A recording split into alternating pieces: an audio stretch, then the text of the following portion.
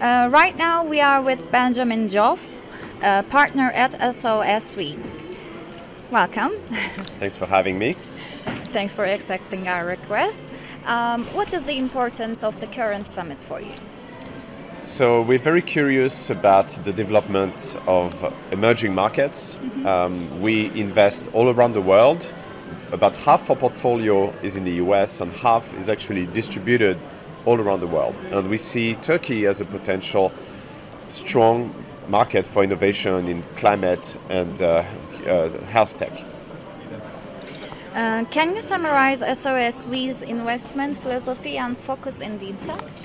Yes, so we focus on planetary and human health at the very early stage. Generally, we're the first investors in the company we back. We invest at pre-seed when there's just generally a team of founders with a technology that they're trying to turn into a product and bring to market. Our philosophy is to support founders from the very early stage all the way to the market through our expertise, the labs we provide, and the ecosystem that we have built for deep tech support.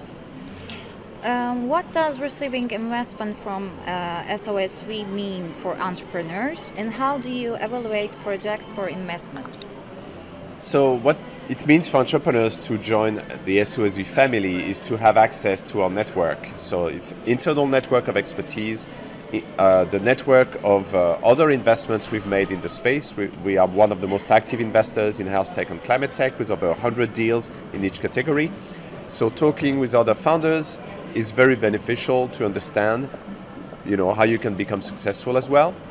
We also provide access to lab space and lab equipment that we have installed worth millions of dollars.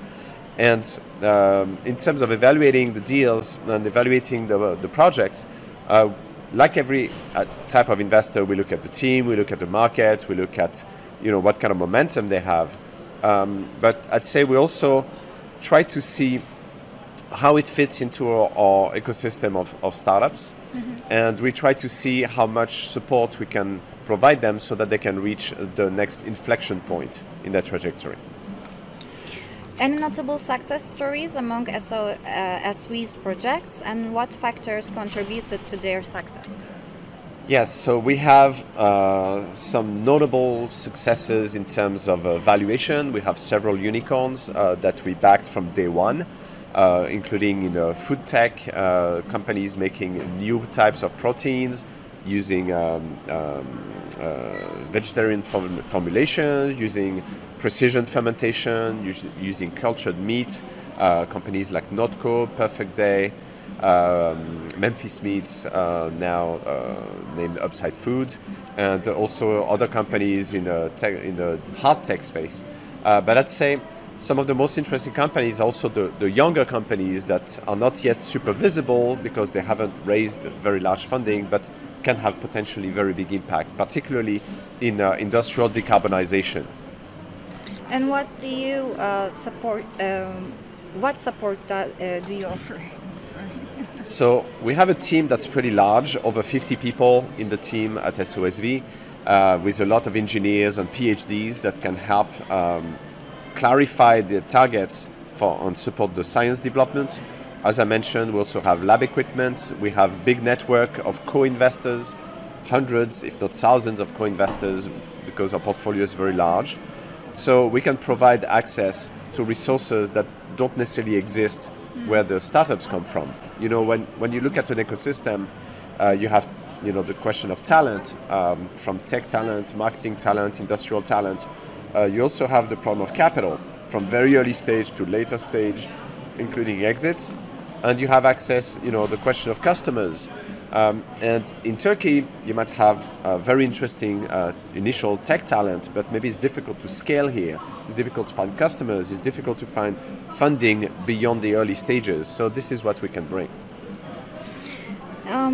What future trends or sectors do you anticipate in deep tech, and where does SOSV plan to focus? So it's quite interesting that so our broad focus is climate tech and health tech, but within those categories, we see new things all the time. Until a few years ago, we hadn't done many deals in ocean technologies, decarbonization of maritime transport, for example. And now this is a very strong interest of some of our GPs, general partners at the firm. In the past few years, we've done a lot of investments in new alternative proteins. And now we're looking at tools for companies creating those proteins, such as fermenters, growth media.